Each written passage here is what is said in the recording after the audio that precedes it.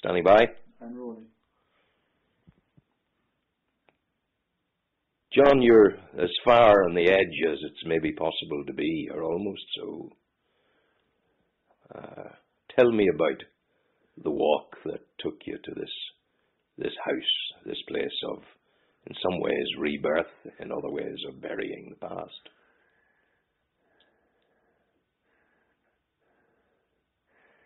Simply the need to quit England, and because some of my ancestors had come to Ireland and I'd had a Catholic education, I was always drawn to Ireland, and when I got here I actually loved the place and the people.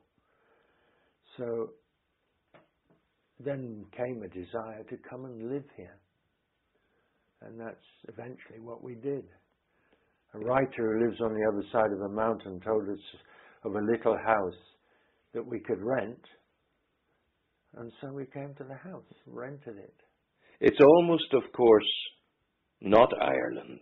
It's almost in the sea, with the next stop, the next parish being America. True, and one notices that connection with America in Ireland, but what's immediately on the land of the people is very, very Irish.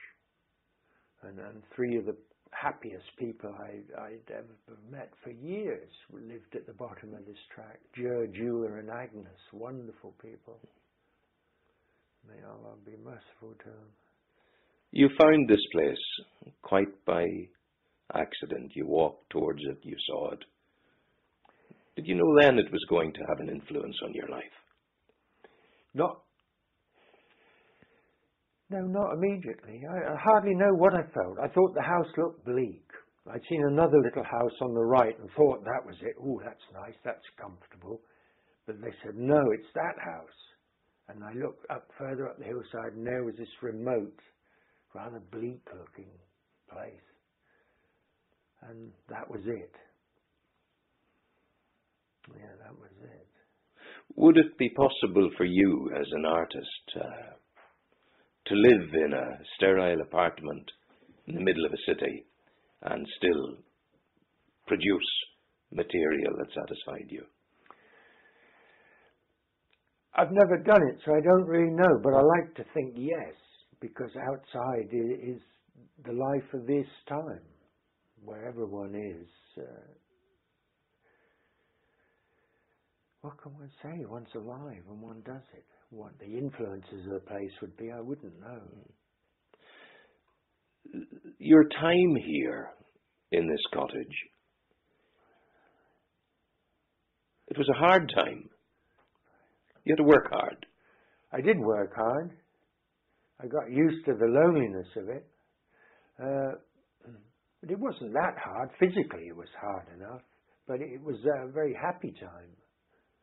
I mean, the further one gets from the civilization, in many respects, the happier, the greater the possibility of happiness. The possibility of happiness, but the reality of happiness, did the environment allow that reality to mature, whether it be happiness in solitude, happiness being close to Mo on an ongoing basis, a flowering of a new kind of love, of appreciation for each other? Well, Mo and I, yes, that was very good. The marriage, we were very happy together up here. But for myself, it wasn't just happiness. I had to confront myself, and a lot of things I found I did not wish to be. I had to change them. What were the demons, John? The same as for anyone. I think the nearer we get to seeing what we are, that moment we freeze with horror and get out of that place as quick as we can. The ego is not the self is not a very pleasant being, though we can cover it up by being nice. You talk about meeting characters. Your paintings bring characters, figures, ideas in great measure to those who observe them. Where does all of this come from, John? I don't know. I really don't know. That's just me. That's just, I don't know. The world's full of characters and I'm in that world.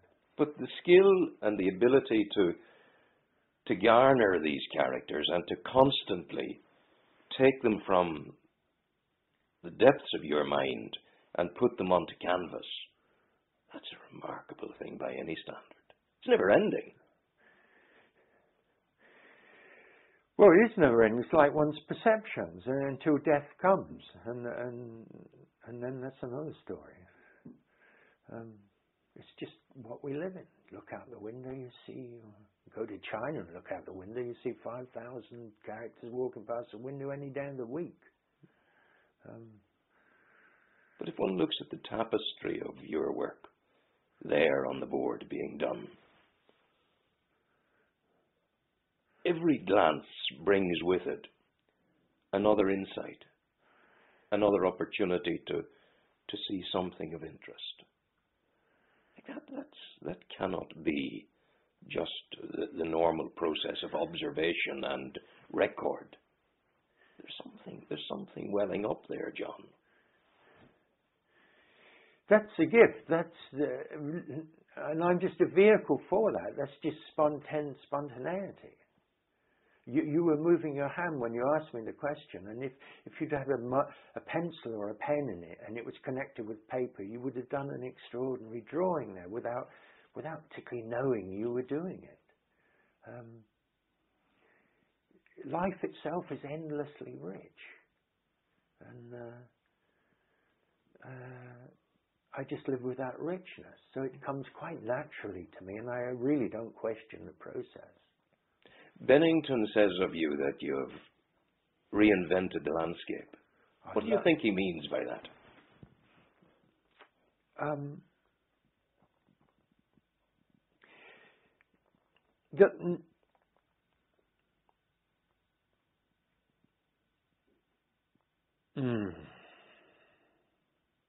That he's seeing landscape pictures that he's not seen before, that people haven't painted before. And I'm particularly delighted by him saying that. I always did want to paint the landscape in a new way. So when we're on a bicycle going through it, up the hill, down the hill, round the corner, the angle, the sky here, the sea there, and suddenly it's all changed.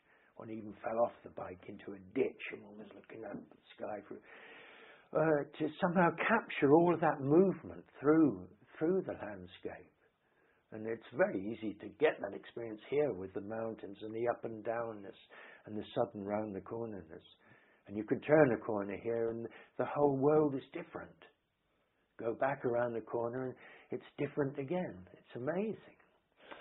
What some might see as your idiosyncratic approach to painting hides a very painterly skill, because in the pure business of recreating imagery, this is the core talent that's there deep down, and this other thing flowers from it, all of these journeys.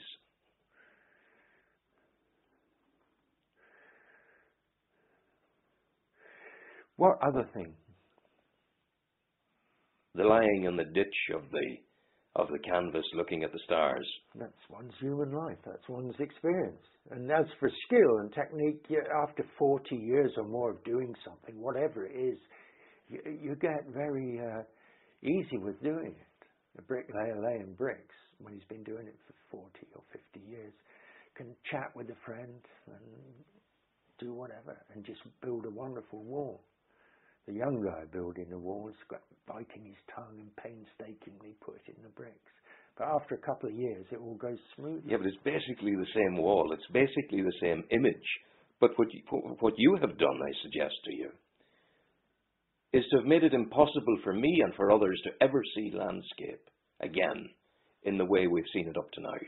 The pure representational production of a landscape isn't enough anymore. It lacks the richness of all of the hidden imagery that comes out of what you do? Wow, that's a mighty claim to make for me. I back off of that one. Who knows? I speak my truth. Yeah, okay. And I believe you. But it's quite an awesome claim. I just paint and do the best I can. And the best of what I can is what's given me. Life is an endless gift. People think they're real and individuals, but this individuality is very limited. The colour of one's eyes is given to one. It's not a conscious decision, one's height and the whole of one's destiny. It's something that's given. And a day will come when one can't talk. One can't see, one can't hear, one can no longer keep one's body clean even. I think before that day arrives, it's good to know that one's utterly dependent on the giver of life. It's all given. It's all taken away. The dead man that you left behind in England, what kind of different work? He wasn't dead. He He was still alive and kicking and trying to survive, and he still survived up to here. He really went through his finish here and into the next place we moved in. So what is the metamorphosis created? What's the difference between Kingerlee now and Kingerlee then?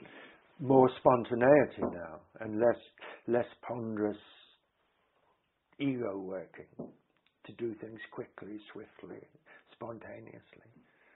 Spontaneity is what I really value. And as a human being with values for life and living, how are you different today to the man you I've left got behind? limits. I've got limits. First of all, I don't smoke cigarettes anymore. I've put hashish and drugs out of my life. I'm not so quick to lose my temper as I used to be. And I'm not such a social liability or whatever you want to say I used to. I try and be better mannered and more civilized